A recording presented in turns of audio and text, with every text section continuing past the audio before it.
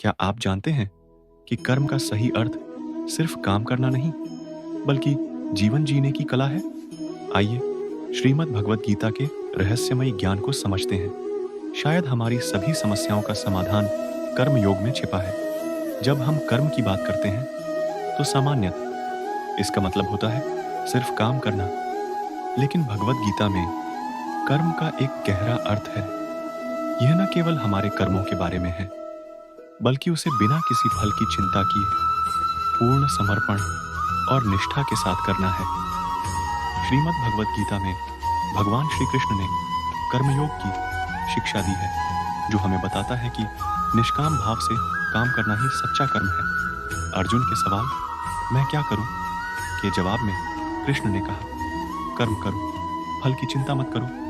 कर्मण्येवाधिकारस्ते मा फलेषु कदाचन।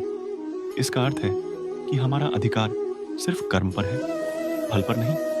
हम किसी भी काम को करते समय उस परिणाम की चिंता किए बिना उसे पूरे समर्पण और उत्साह से करें। जैसे अगर आप किसी परीक्षा की तैयारी कर रहे हैं, तो पूरी मेहनत और लगन के साथ पढ़ें, पर परिणाम के बारे में तनाव न लें।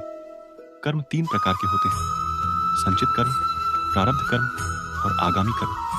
संचित कर्म उन बीजों की तरह होते हैं जो हमने बोए हैं, हमारे पिछले कर्म, यानी जो हमारे जीवन में अब घटित हो रहा है।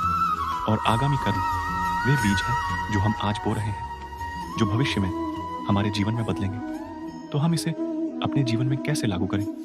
कर्मयोग हमें सिखाता है कि हम हर काम को पूरी ईमानदारी और समर्पण से करें, और फल की आसक्ति छोड़ दें, काम में ही आनंद पाएं और परिणाम की चिंता न करें। इससे हमारा तनाव कम हो जाएगा, क्योंकि हमें भरोसा होगा कि हर चीज सही समय पर घटित होगी। आप अपने कर्मों में कितनी निष्ठा रखते हैं? क्या आप फल की चिंता करके खुद को सीमित कर रहे हैं? अपने विचारों को हमारे साथ कमेंट्स में साझा करें। क्या आपको लगता है कि आप कर्म योग को अपने जीवन में लागू कर सकते हैं? कर्म योग सिखाता है कि जीवन में संतोष पाने का रास्ता खुद को कर्म में पूरी तरह से समर्पित करने में है। जो कर्मयोगी है, वह जीवन के हर पल को सच्चे आनंद के रूप में अनुभव करता है।